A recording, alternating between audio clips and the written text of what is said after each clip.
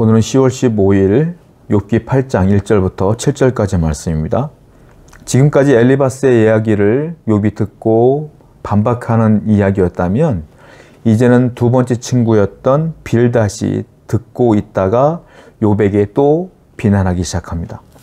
자, 1절 수아 사람 빌닷이 대답하여 이르되, 빌닷이 이야기하기 시작합니다. 또 2절 말씀 보니까 네가 어느 때까지 이런 말을 하겠으며 어느 때까지 네 입의 말이 거센 바람과 같겠느냐. 지금 욥을 비난하는 거예요. 너는 언제까지 이렇게 원망만 하고 있겠느냐. 너는 우리가 조언이라는 것을 해주는데 왜 듣질 않는 거야? 라고 욥의 교만함, 욥의 죄악됨 뭐 이런 것들을 막 비난하기 시작하는 거예요. 욥은 지금 우리가 계속 생각해 봐야 될 것은 죄를 짓지 않았어요.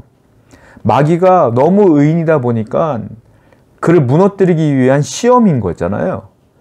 그런데 욥이 아무리 얘기를 해도 하나님은 잠잠하시지. 친구들은 자기를 비난만 하지. 거기다가 빌닷이라는 사람이 또 등장해서 더 강력한 말로 욥을 막 싸잡아서 욕하는 거예요. 욥은 지금 굉장히 난처한 상황이고 정말로 어디 마음을 둘 곳이 없는 상태인 거예요. 여러분 그렇게 생각해 보셔야 돼요. 누군가가 속상해서 막 얘기를 막 할 때에 그 이야기를 끊고 다시 정상으로 돌이키는 방법이 있어요. 뭐겠습니까? 누가 나한테 뭐라고 얘기 시작하면 더 거친 말로 쏴붙이면 싸움이 되잖아요.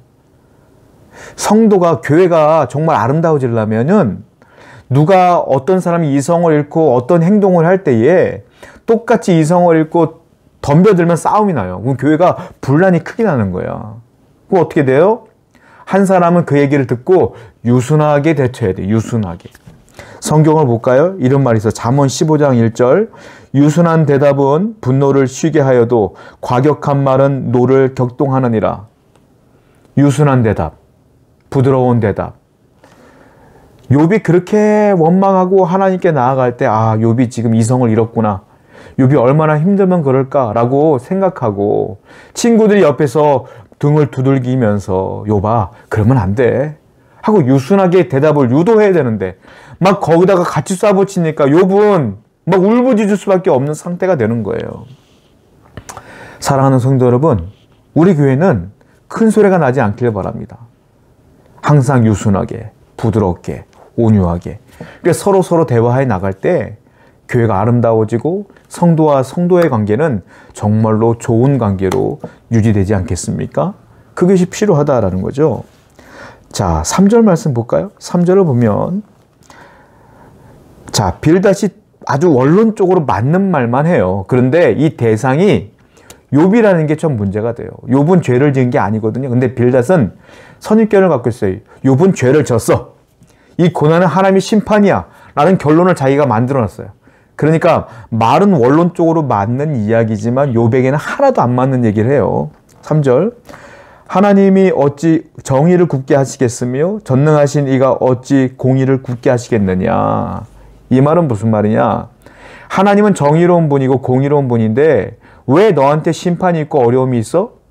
왜 이렇게 고난이 있어? 그건 너가 정의롭지 않기 때문이고 공의롭지 않기 때문이야. 다른 말로 너 죄 때문이야 라고 말하는 거예요. 하나님은 공의롭고 정의로운 분이기 때문에 죄를 가만 놔두지 않거든. 그러니까 자기의 결론은 원론적으로는 맞는 얘기지만 욥에게는 전혀 맞지 않는 얘기를 계속하고 있는 거예요. 자, 우리는 여기서 알아야 될 게 있어요. 무엇입니까? 욥은 죄인이 아니에요. 욥은 동방의 의인이야. 하나님이 마귀가 하도 그렇게 얘기하니까 그냥 시험하는 걸 허락하신 것 뿐이야. 욥은 이 땅에서 가장 완벽한 의인 중에 한 사람이었던 거예요. 그런데 마치 심판을 당하는 것처럼, 죄인이 하나님께 심판을 당하는 것처럼 고난을 겪고 있어요. 무슨 말입니까? 여러분 이걸 아셔야 돼요. 의인도 심판당하는 것처럼 고난이 있을 수 있다라는 거예요. 주위에 정말로 저 사람은 정말로 하나님을 잘 믿는 사람인데 왜 이렇게 어려울까 하는 분들 있죠. 그분들이 죄인이기 때문이 아니라 의인도 그런 고난을 받을 수가 있어요. 성도 여러분들, 우리 성도들 가운데도 정말로 신앙생활 열심히 하고 하나님께 기도생활 열심히 하고 말씀생활 열심히 하는데 어찌하여 하는 일마다 풀리지 않고 어렵고 힘든 일이 자꾸 누적될까 하고 안타까워하는 분들이 있잖아요. 기억하셔야 돼요. 의인도 그런 심판과 어려움을 당할 수 있다. 그런데 진짜 심판은 언제 이루어져요? 마지막 최종 종말에 이루어지는 거예요. 그러니까 지금 당하는 고난은 심판이 아니에요. 그건 의인도 당할 수 있고 죄인도 당할 수가 있는 거예요. 죄인도 나중에 심판받는 게 진짜 심판이지 지금 받는 건 아무것도 아닌 거예요. 그러니까 성도들 가운데 그런 어려움이 있다면 내가 죄를 지었는가? 하고 여러분들 스스로를 미워하지 마세요. 의인도 당할 수 있습니다. 하나님께서 여러분들 연단시키기 위해 주실 수도 있으니까 잘 견디시고 이겨내시기 바라요. 4절 말씀 볼까요? 정말로 독소를 퍼붓는데 빌닷이 내 자녀들이 주께 죄를 지었으므로 주께서 그들을 그 죄에 버려두셨나니 네 자녀들 10명 있었지? 아들 7명, 딸 3명 다 죽었다며? 왜 죽었는 줄 알아? 네 자녀들도 다 죄인이었기 때문에 죽은 거야 라고 빌닷이 자녀를 잃어버린 아버지 욥에게 이런 독서를 퍼부어. 이게 친구입니까 이게? 아무리 원론적으로 맞는 말을 해도 하나님 말씀처럼 들려도 이런 사람이 전하는 말씀이 진짜 말씀이겠느냐라는 거예요. 아니 자녀를 잃은 자기 친구야. 친구 욥에게 이런 독서를 퍼부을 수가 있어요? 여러분 위로가 뭔지 아십니까? 위로는요. 그냥 말로 하는 건 위로가 아니에요. 위로는 그 사람의 마음속으로 들어가는 거예요. 그리고 그 사람의 마음을 헤아릴 수 있는 사람이 하는 게 진짜 위로예요. 지금 이 빌닷은 위로한답시고 하는 말이 다 독설이야. 이것은 위로가 아니에요. 비난이지.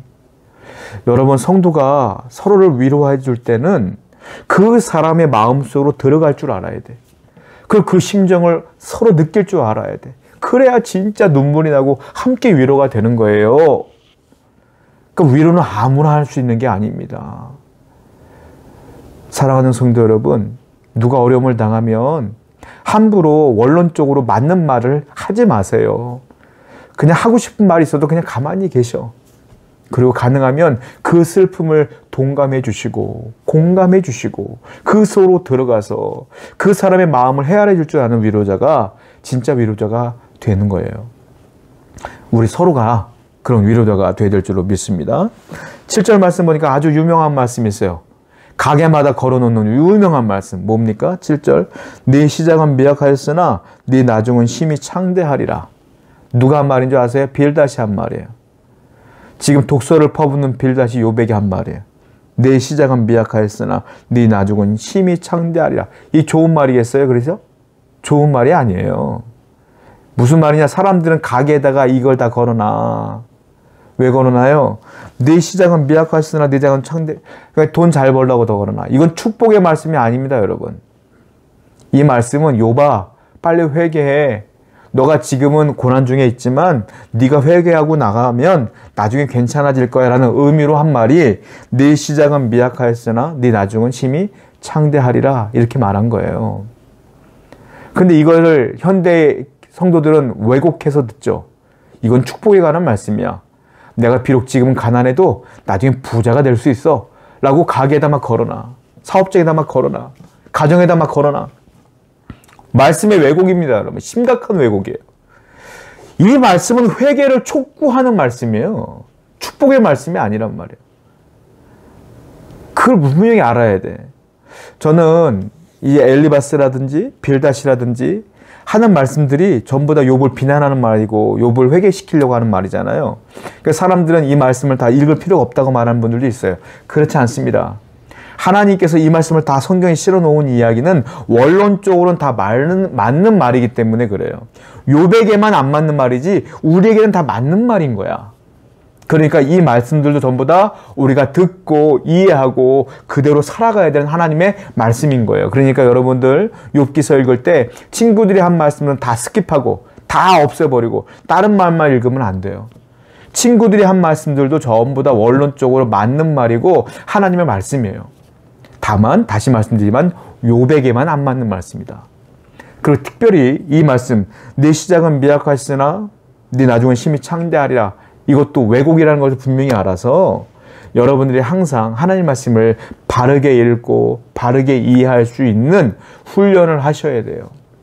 하나님 말씀을 제대로 이해해야만 하나님의 뜻을 알 수 있기 때문에 그렇습니다. 말씀의 왜곡을 심각하게 받아들여야 돼요.